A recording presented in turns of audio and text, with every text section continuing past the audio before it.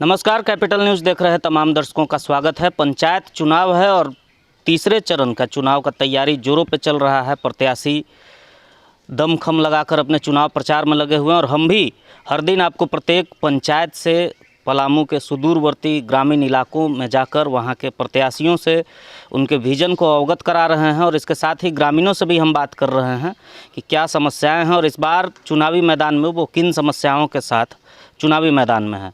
आज हम हैं तरहसी प्रखंड के तरहसी पूर्वी जिला परिषद प्रत्याशी हमारे साथ उर्मिला देवी के पति राजेंद्र सिंह हैं और ये चुनावी दौरा में है। सिलदिलिया गांव है ये जी, तरहसी प्रखंड का सिलदिलिया गांव है। काफ़ी सुदूर इलाका माना जाता है और आज से अगर हम 10 साल पीछे जाएं, करीब 1 दशक पीछे जाएं तो नक्सलियों का काफ़ी बोलबाला होता था यहाँ जी। आज का क्या परिवेश है, पहले तो ये समझना चाहेंगे। आज हम पहले तो आप लोग का धन्यवाद देते हैं कि आप सिलदिलिया गांव में हमारे तरहसी पूर्वी के पूरे समस्त जनतागण और हमारे इस गांव के बुद्धिजीवी सत्येंद्र सिंह, अलाउद्दीन मियाँ जी, हमारे बीच बाबूचंद सिंह, गार्जियन सुरेश सिंह, हमारे अभिभावक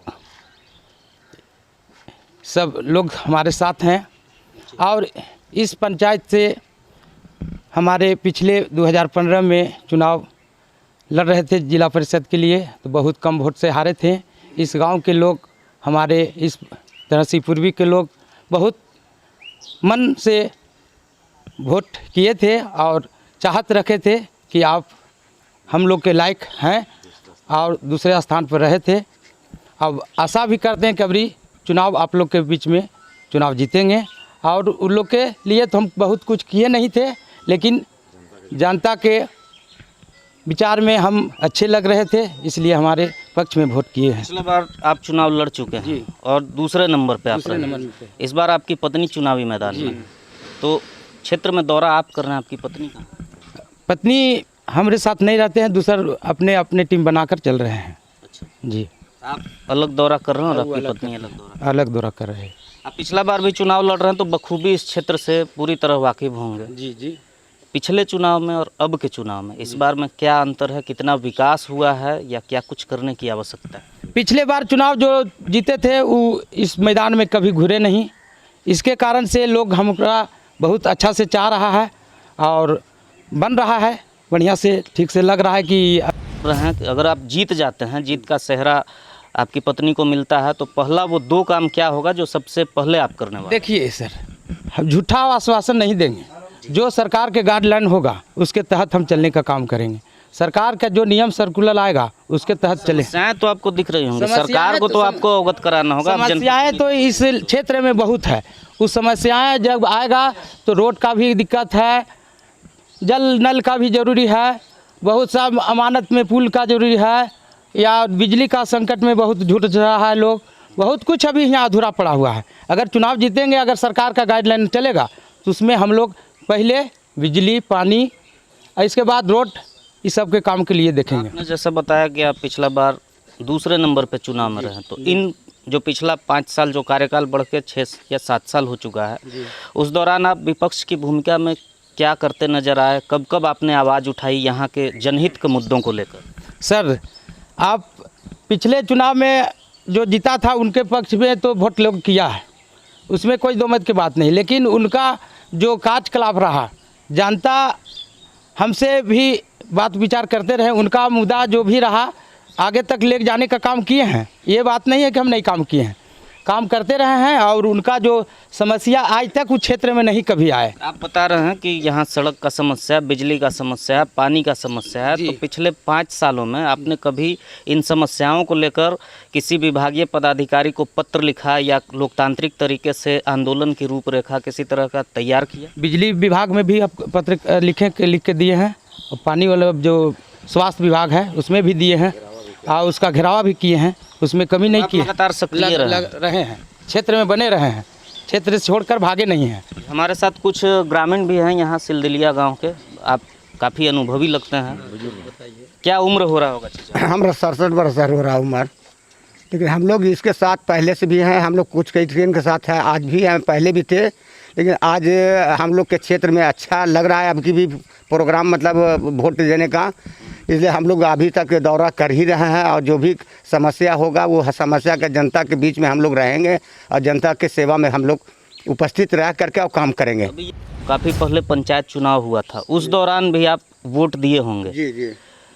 तब का पंचायती चुनाव में और अब का पंचायती चुनाव में कितना अंतर लगता है? लगभग हम समझ हैं कि सिर्फ तबरी 16% था, आपकी 20% से हम लोग बेसी जा रहे हैं। हम लोग काम कर रहे हैं, किए हैं और करते जाएंगे, ऐसी बात नहीं कि नहीं करेंगे। पंचायत में पूरे आवाम का जनता के बीच में हैं, तबर से भी अवाबर से भी। अब की तो बहुत उमंग से हम लोग इसमें भाग लिए हैं और इंशाल्लाह निकलने का कोशिश हम लोग कर रहे हैं। सिलदिलिया गांव में सबसे प्रमुख समस्या क्या है यहाँ की, इस गांव में? यही सब जो बाबू साहब बोले हैं ना, बिजली, पानी, रोड, पुल, दुनिया। स्वास्थ्य की क्या व्यवस्था है? आप लोग का किसी का तबीयत खराब होता है, कहाँ जाते हैं दिखाने? तो हॉस्पिटल है यहाँ पर, तरह से जाता कितना है। टाइम लग जाता होगा जाने में? ज़्यादा से ज़्यादा आधा घंटा, 1 घंटा का मतलब। अभी 1 घंटा लगता है। आपसे बात एक महत्वपूर्ण प्रश्न, पाठक पगार में बना हुआ है एक एक स्वास्थ्य उपकेंद्र बना हुआ है, लाखों की लागत से उसे बनाया गया और निर्माण लगभग पूरा हो चुका है, लेकिन उसमें अभी तक किसी तरह का कोई चिकित्सा सुविधा उपलब्ध नहीं कराया गया और आपका जो क्षेत्र है उससे काफ़ी सटा हुआ है, उसको लेकर क्या कुछ किए आप? जी सर, अब पाठक पगार में स्वास्थ्य केंद्र है, लेकिन उसमें कार्य नहीं हो रहा है, डॉक्टर नहीं है और लोग व्यवस्था नहीं है। व्यवस्था के लिए हम लोग अब उसका लड़ेंगे और उसमें बीडीओ साहब से भी बात किए थे कि उसका दिक्कत हुआ है, उसमें आप उसका सुधार कीजिए, तो बात हुआ था। इसमें क्या चुनाव जीतने के बाद ही लड़ा जा सकता है या पहले भी लड़ा जा सकता है? पहले भी लड़ेंगे, तो अब तो समय नहीं है। अब चुनाव जितना जीते या हारे, चुनाव उसमें तो लगल रहेंगे, उसमें पीछे नहीं रहेंगे। हालांकि 5 साल से ज़्यादा हो गया वो भवन को बनकर तैयार हुए और अब तक आपने उस पर पहल नहीं की। नहीं, के बारे में हम समझना चाहेंगे कि क्या कुछ वादा होता है और उसके बाद क्या पूरा होता है। आप अभी मीडिया पर सवाल उठा रहे थे, नेताजी पर सवाल उठाते हैं, आप जनता हैं, आपसे हम जानना चाहेंगे कि जनता का मानक आपका क्या होता है, कैसे जनप्रतिनिधि को आप चुनेंगे, क्या देख रहे हैं जनप्रतिनिधियों में? सबसे पहले आप लोग को मैं धन्यवाद देना चाहता हूं कि जो मेरा इस क्षेत्र में जो बहुत यहाँ जो आप लोग आए हैं यहाँ बहुत कष्ट से, इस क्षेत्र में बहुत लोग नहीं आते हैं, खास करके मीडिया वाले, लेकिन यहाँ आए हैं, इसके लिए आप लोग का मैं दोनों व्यक्ति को बहुत बहुत धन्यवाद देना चाहता हूँ। आज जो आप लोग यहाँ आए हैं, हम लोग पब्लिक का हौसला जो है से बुलंद करने का काम किए हैं, क्योंकि ये आवाज़ हर घर पहुंचने का काम करेगा, ये आपके टीवी कैपिटल न्यूज़ के माध्यम से, इसलिए उसके लिए भी हम आप लोग का धन्यवाद देना चाहते हैं। खास करके जो ये तीसरा चरण का जो चुनाव हो रही है, ये बहुत महत्वपूर्ण चुनाव है। पहले तो हो चुका था, जो कि हम लोग तीनों चुनाव हम लोग कम बेसी देख चुके हैं और कर चुके हैं, वोट दे चुके हैं। लेकिन इस बार जो है वैसे व्यक्ति को, चाहे जिला परिषद हो, चाहे मुखिया का चुनाव हो या पंचायत समिति का हो या वार्ड का हो, ऐसे व्यक्ति का मुझे करना है जो शिक्षित हो, जो विचार पब्लिक के बीच मिलता जुलता हो, उन्होंने ये पब्लिक का सेवा करता हो, पब्लिक का बात सुनता हो, वैसे व्यक्ति का हम लोग चुनने का यहाँ तय किए हैं। या जिला परिषद का जो अभी कैंडिडेट देख रहे हैं राजेंद्र सिंह जी, ये पिछले टर्म में भी चुनाव लड़ चुके थे, इन्होंने बहुत अच्छा खासा वोट लाई, सेकंड स्थान पर थे, इनका कार्यकलाप सही रहा और जीतने के बाद जो मुझे भी आशा होती है या पब्लिक की भी आशा होती है कि आने वाला समय में भी अच्छा ही काम करेंगे। और पंचायत की रही बात, तो पंचायत में जो हमारे पब्लिक का जो सेवा करने का जो संकल्प लिया है, वैसे व्यक्ति को हम लोग जो है से चिन्हित कर लिया है, उसी का जो मूलभूत आवश्यकता समझना चाह रहे हैं। हाँ, क्या देखिए, बड़ी समस्या जो है यहाँ रोड का भी दिक्कत है, जो सरकार के यहाँ से जो छोटी छोटी जो व्यवस्था से जो रोड बनती है वो जो है से नहीं बन पा रही है। दूसरी है जो स्वास्थ्य केंद्र का जो बात की है, वो जो है से हमारे यहाँ से जो है से पाठक पगार में है, जो कि वहाँ कोई डॉक्टर का कोई व्यवस्था नहीं है, बहुत समझिए कि कमी है। यहाँ जो पिछले जिला परिषद जो उठे, जो आज तक जो इस क्षेत्र में उसको देखने का काम पब्लिक नहीं किया, तो ये आदमी जो है क्या आवाज़ उठा सकते हैं।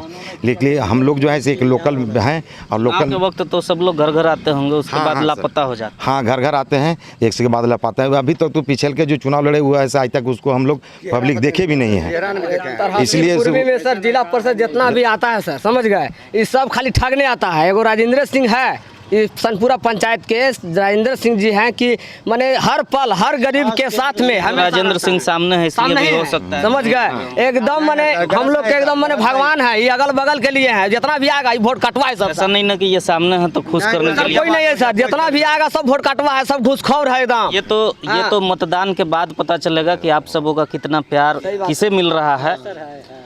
हालांकि मतदान के वक्त आप जरूर ये विचार करें कि जो योग्य प्रत्याशी हों, जात पात की राजनीति या फिर किसी लोभ लालच में ना आकर जो योग्य प्रत्याशी हों उन्हें ही वोट दें।